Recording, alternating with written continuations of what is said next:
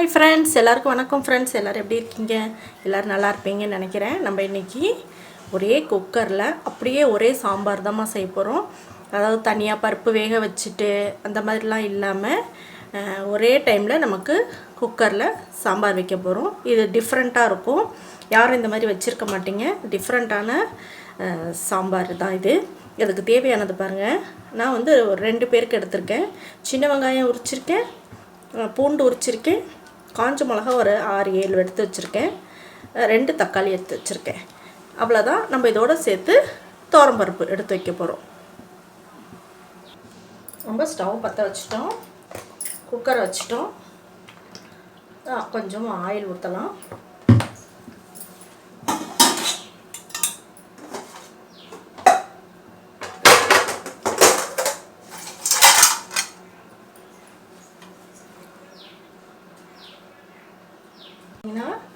இதில் கடுகு போட்டுருவோம், வெந்தயம் போடுவோம். வெந்தயம் கொஞ்சம் கூட போட்டாலும் நல்லா இருக்கும்மா டேஸ்ட்டு. 2 சீரகம் போட்டுடலாம். இதெல்லாம் போட்டுட்டு நம்ம இந்த சின்ன வெங்காயத்தை அதில் தள்ள போகிறோம்மா. இது கொஞ்சம் படப்படன்னு வெடித்ததுக்கப்புறமா இப்போ இந்த பூண்டையும் சின்ன வெங்காயத்தையும் அதில் தள்ளிடலாம். இப்போ இது வதங்கட்டும். அதுக்குள்ளார நம்ம இந்த தக்காளியை அறுத்துட்டு மிளகாவை கிள்ளி வச்சுக்கலாம். இவ்வளோதாம்மா.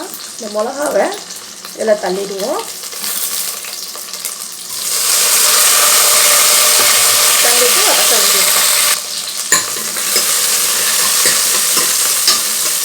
இப்போ இந்த வெங்காயமும் பூண்டும் நமக்கு கொஞ்சம் வதங்கி வரணும். பாருங்க, ஓரளவுக்கு வதங்கிட்டு இந்த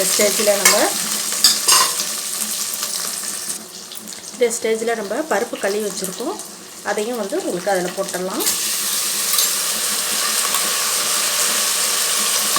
இப்போ பார்த்திங்கன்னா பருப்பையும் போட்டாச்சு. இப்போ நல்லா வறுக்கணும். நம்ம இந்த ஸ்டேஜில் பெருங்காயத்தை போட்டுருவோம். இது பாருங்கள், நமக்கு நல்லாவே வறுத்து வந்துடுச்சு. எவ்வளோ நல்லா கலர் மாறி இருக்குது பார்த்தீங்களா? இந்த மாதிரி ப்ரௌன் கலர் வர்ற வரைக்கும் நம்ம வதக்கணும். இப்போ இந்த ஸ்டேஜில் பாருங்கள், நமக்கு பருப்போட கலர்லாம் மாறி இருக்குது. வாசனை பார்த்திங்கன்னா கமகமன்னு வரும். இந்த ஸ்டேஜில் நம்ம தண்ணி ஊற்றிக்கலாம். எவ்வளோ வேணுமோ அந்த தண்ணியை ஊற்றிடுங்க. ஊற்றிட்டு இந்த தக்காளியை இப்போ இந்த ஸ்டேஜில் போட்டுருவோம். இந்த ஸ்டேஜில் மஞ்சள்தூள் போட்டுருவோம். அவ்வளோதாம்மா, எல்லாமே போட்டாச்சு, கலக்கியாச்சு. இப்போ பாருங்கள், பாட்டுக்கு வேகட்டும்.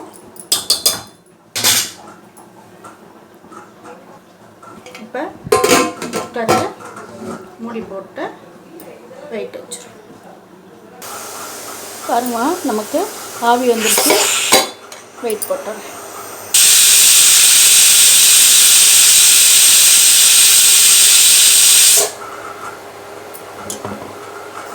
அதுக்கு நடுவில் நம்ம கொஞ்சம் புளியை ஊற வச்சுருக்கோம்.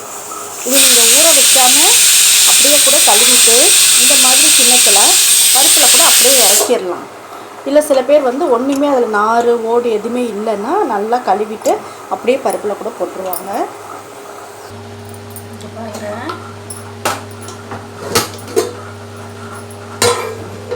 நம்ம பருப்பு சூப்பராக வெந்துடுச்சு. இப்போ இதில் நம்ம பருப்பு மத்து வச்சு கடைய வேண்டியது தான்.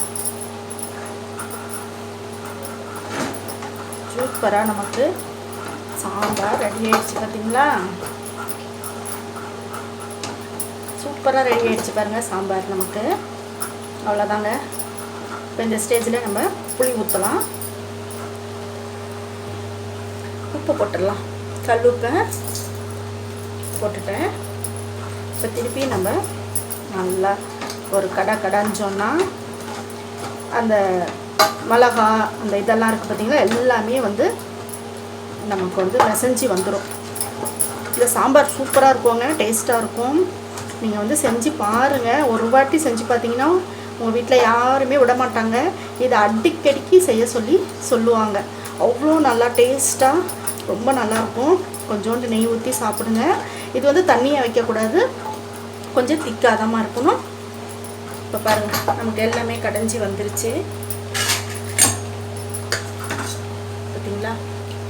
நமக்கு இப்போ இந்த ஸ்டேஜில் நம்ம புளி ஊற்றிக்கலாம்.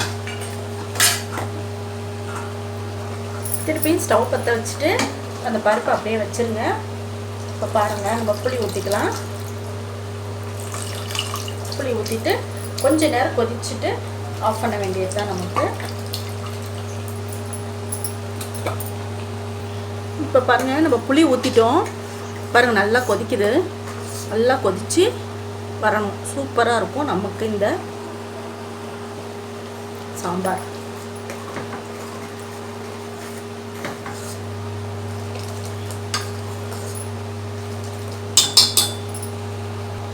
இந்த புளி ஊற்றுனதுனால அந்த பச்சை வாடெல்லாம் போகிறதுக்காக கொஞ்ச நேரம் கொதிக்க வச்சா போதுங்க. அவ்வளோதாங்க, நமக்கு சாம்பார் ரெடி ஆயிடுச்சு. அவ்வளோதாம்மா, நமக்கு சாம்பார் ரெடி ஆயிடுச்சு. இந்த திக்னஸில் தான் நமக்கு சாம்பார் இருக்கணும். இதை பாருங்கள், பார்த்தீங்களா, இவ்வளோ திக்னஸில் தான் நமக்கு சாம்பார் இருக்கணும். சாம்பார் ரெடி ஆயிடுச்சு.